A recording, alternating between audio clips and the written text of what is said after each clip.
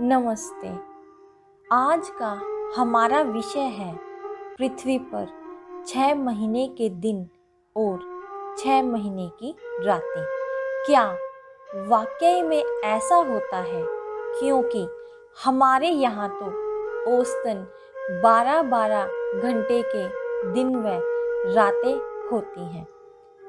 तो ऐसा आखिर कहाँ होता है और क्यों होता है? आइए जानते हैं आज के इस वीडियो के माध्यम से। हम सभी जानते हैं कि हमारी पृथ्वी सौर मंडल का एक ग्रह है और अन्य सभी ग्रहों की भांति ही सूर्य के चारों ओर घूमती है। यह सूर्य के चारों ओर तो घूमती ही है, अपने अक्ष पर भी लट्टू की तरह घूमती है। अक्ष पर घूमना ही दिन और रात बनने का प्रमुख कारण है। अपने अक्ष पर घूमते समय पृथ्वी का जो हिस्सा सूर्य की तरफ होता है, उस पर पड़ने वाले प्रकाश के कारण वहाँ दिन होता है, जबकि पृथ्वी का दूसरा हिस्सा जो सूर्य से दूसरी तरफ व दूर होता है, उस पर सूर्य का प्रकाश ना पड़ने से वहाँ पर रात होती है।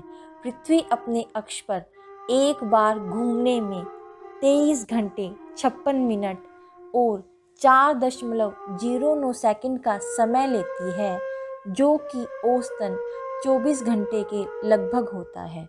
इस प्रकार पृथ्वी के अपने अक्ष पर घूमने के कारण बारी बारी से पृथ्वी के भाग सूर्य की तरफ आते रहते हैं व दूसरी तरफ जाते रहते हैं और इसके विभिन्न हिस्सों पर दिन व रात बनने की अवस्था बनती रहती है।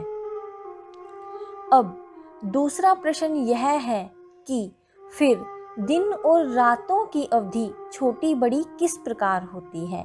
जब दिन बड़े होते हैं तो क्या पृथ्वी अपने अक्ष पर धीमी गति से घूमना शुरू कर देती है, और जब दिन छोटे होते हैं तो क्या पृथ्वी अपने अक्ष पर तेजी से घूमती है? जी नहीं, पृथ्वी अपने अक्ष पर एक समान गति से घूमती है।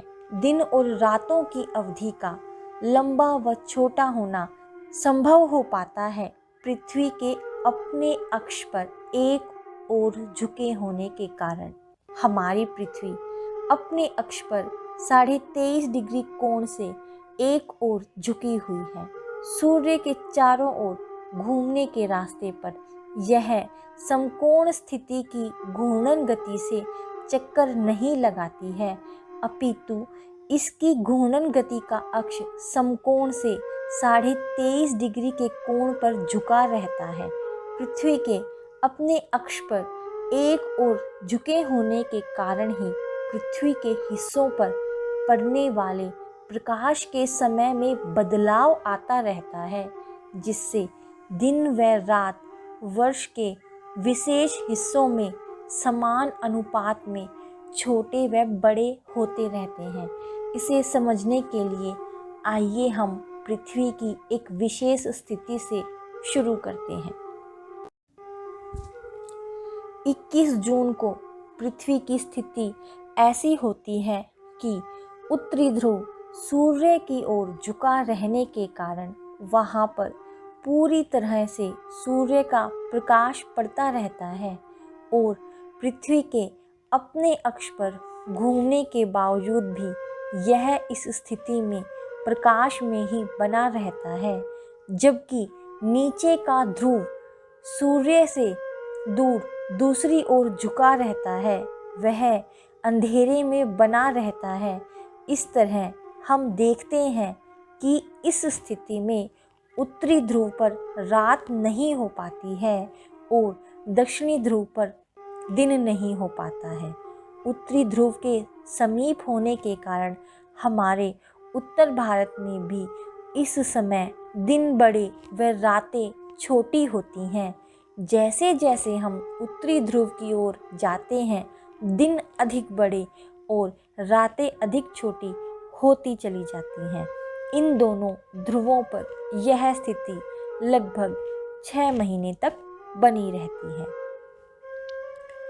आइए अब हम पृथ्वी की 6 महीने बाद की इस दूसरी स्थिति को देखने का प्रयास करते हैं।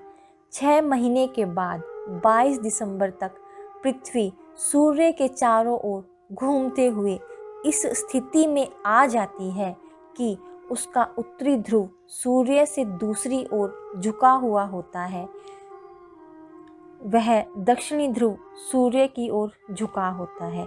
इस स्थिति में पृथ्वी के अपने अक्ष पर घूमने के बावजूद भी उत्तरी ध्रुव पर अंधेरा ही बना रहता है और दक्षिणी ध्रुव पर प्रकाश पड़ते रहने से दिन ही बना रहता है, वहाँ रातें नहीं होती हैं।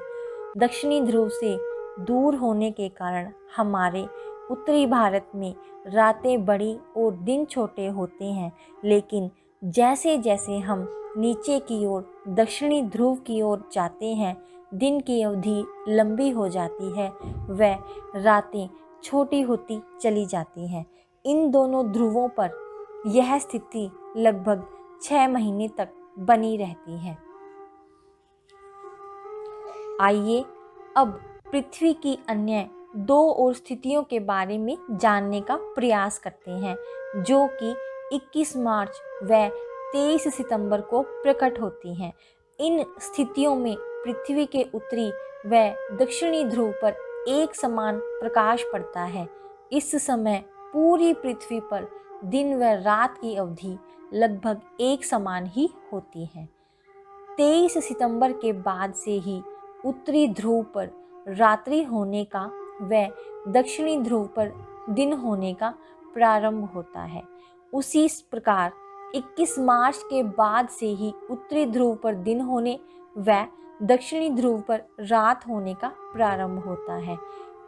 इस प्रकार हमने जाना पृथ्वी पर किन क्षेत्रों में व किस प्रकार 6-6 माह के दिन व रात हेतु स्थिति बन पाती है, व ये क्षेत्र पृथ्वी के किस भाग पर स्थित है। नमस्ते।